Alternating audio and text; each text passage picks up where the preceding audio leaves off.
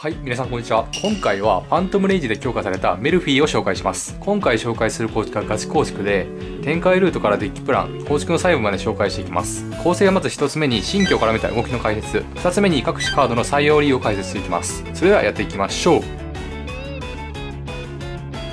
まずは動きの解説です。メルフィーを知らない人のためにメルフィーの基本的な動きを紹介します。メルフィーは相手モンスターが召喚特殊召喚した際に場にある自身を手札に戻して獣族をサーチしたりデッキから特殊召喚します。メルフィーにアクセスできる森のメルフィーズで好きなメルフィーを持ってきて変幻自在に相手の動きを牽制します。ちなみに森のメルフィーズを手札1枚で出せるカードもあってレスキューラビット、魔獣の怪獣、素早いビーバーがそうです。ちなみにこれらのカードはデッキにガン積みされています。1枚書道があるのもこのデッキの強みですね。しかも妨害札にアクセスできるメルフィーもいるし獣族を何でもサーチできるメルフィーもいるので妨害とリソースの確保を両立できる点も魅力です。というわけでここらが本題です。診断で強化される動きを解説していきます。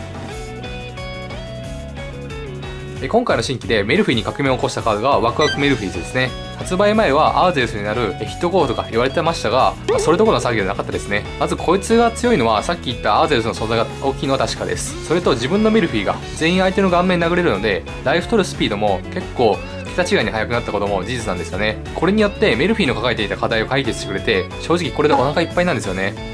ただそれだけではなくて先行展開の選択肢が増えたんですよ。それは2の効果です。相手メインフェーズに場の獣族エクシーズモンスターをエクソロデッキに戻してそのエクシーズモンスターが持っていた素材だけ墓地からレベル2以下の獣族を出すという効果です。この効果って蘇生効果なので一見すると他の蘇生効果と同じで蘇生先が墓地にないと発動できないように思えますが、場の獣族エクシーズモンスターを対象に取ることが条件なのでその必要はありません。自身を対象に取ることで自身のエクシーズ素材が墓地へ行くのでそのエクシーズ素材を蘇生することができるんですよね。完全に自己完結してしまっているのが2の効果です。僕自身もアーゼウスのヒットとしか思ってなかったんですけども使ってみるとこいつのポテンシャルは思いのほか高いということが分かりました。この効果で強化されたカードがカラントーサですね。今まではパピンの効果で相手ターンに出すしか選択肢がなかったのですがワクワクさんのおかげで相手ターンに墓地からでも特殊召喚できるようになりました。パピーと違ってワクワクさんは好きなタイミングでカラントーサを出せる点も強いですね。それに伴ってカラントーサにアクセスしながら展開できるカードでカラントーサー素材にワクワクさんを出して相手にプレッシャーを与えることもできます。もちろん墓地にカラントーサーがいる状態でワクワクさん立てて相手にターンを渡すだけでも十分強いので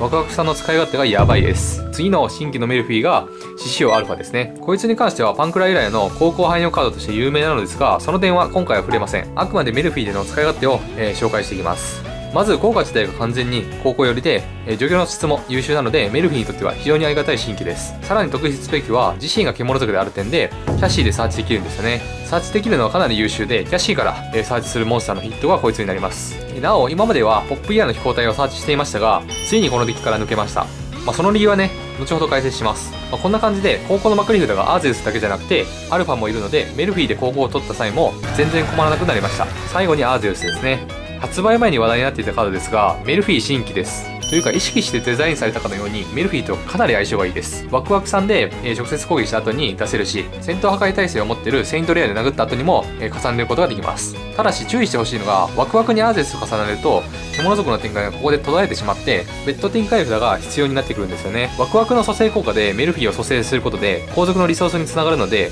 どんな場面でもワクワクの上にアーゼウスを重ねるのは良くないです。常に自分の手札やバットを相談しましょう。ちなみに後半の効果も強くてエクシーズ素材を自前で用意できるんですよね。アーゼウスはアーゼウスの上に重ねてエクシーズ召喚できるので素材のなくなったアーゼウスに2の効果で素材を増やして2体目のアーゼウスを重ねれば2体目のアーゼウスの効果も発動できるんですよね。こういった感じでアーゼウスの連鎖ができることも覚えておきましょう。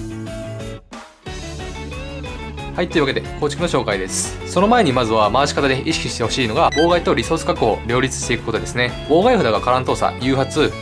ひとしずくですね。カラントーサにつながるカードはパピーやレスキューキャット、魔獣の怪獣があるためぶっちゃけ妨害に関してはあまり困りません。リソース確保ですがキャシーが筆頭になってきます。キャシーでサーチするカードの筆頭がまず1枚目がアルファです。アルファをサーチする状況って相手の場に厄介な耐性持ちモンスターとか大量にモンスターがいる状況です。そして2枚目がレスキューキャットです。これはアーゼウスを立たせたい時やワクワクでライフ取りたい時にサーチします。ワクワクはリソース確保の動きにもつながるためどちらかというとレスキューキャットをサーチすることの方が多いです。ということでここからが本当の、構築の紹介です。まずメルフィーモンスターはパピーさん、キャシーさん、ポニー1、フェニー1ですね。パピーとキャシーは妨害とリソース確保で使うため三角です。ポニーは墓地のレベル2以下で再利用したいモンスターを回収できるため採用しています。ビーバーとか手札に回収するだけで結構楽になるので、意外とこいつは侮れないです。そしてフェニーは手札に来たカラントーサを出す役割があります。あと出せるモンスターのレベルにも制限がないので、アルファとかも出せることは一応覚えておいて損はないです。ただ現時点でフェニーの効果でアルファを出しても3000打点が出るだけなので、何も強くはないです。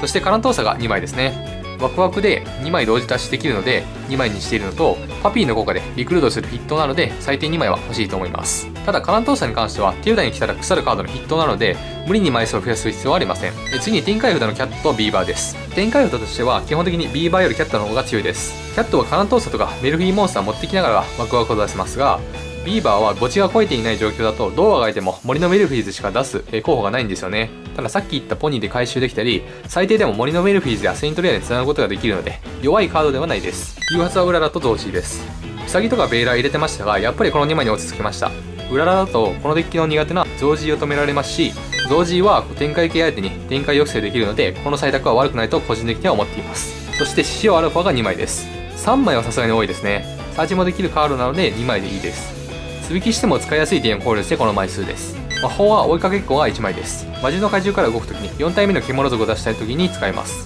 速攻魔法なので伏せてメルフィーモンスターを展開するのに役立つので1枚だけ入れています。次に魔獣の怪獣が3枚です。これは初動札として優秀なため3枚です。後半腐ってくるように思えますが、メルフィーモンスターはその効果の性質上手札に戻るため2ターン目以降でも効果の発動機会があります。なので3枚。羽ぼうきが1枚です。ここからまくっていくカードも増えたため採用しています。環境的に伏せも多いので1枚入れておくと楽に戦えます。金マンは3枚です。金マンを採用している都合上エクストラは結構思い切った構築にする必要があるのですが、エクシーズモンスター 3×5 でだいたい融通が効くので金マンを入れています。ここにウララを当ててくれれば結構その後の展開が楽になるのもあって採用しています。一しずくは不要になったカラントーサーを墓地を送ってもいいですし、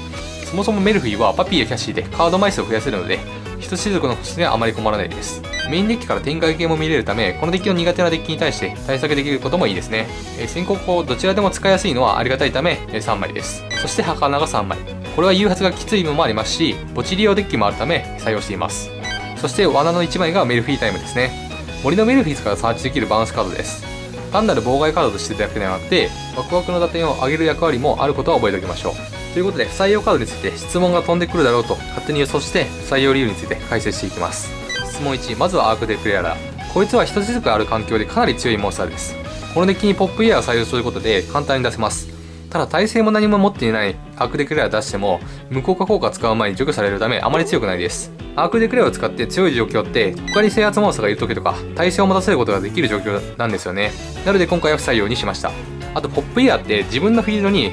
モンスターがいないとダメなんで、そういった点でも、メルフィーは手札に戻ってしまうのであまり相性は良くないです。質問2、なんでリンクモンスター入れないの？リンクモンスターの動きに繋がらないためです。同じパックで収録されたトライブリゲートのリンクが相性良さそうに見えますが、ランク2を展開した方が強いのでリンクは不採用です。はい、それでは、これにてメルフィーの解説を終わらせていただきます。このチャンネルでは好きなデッキで勝っていくことをモットーに環境外の様々なデッキを使って勝ちたい人に向けた動画を撮っています。これからも様々なデッキを紹介していきますのでチャンネル登録をお願いいたします。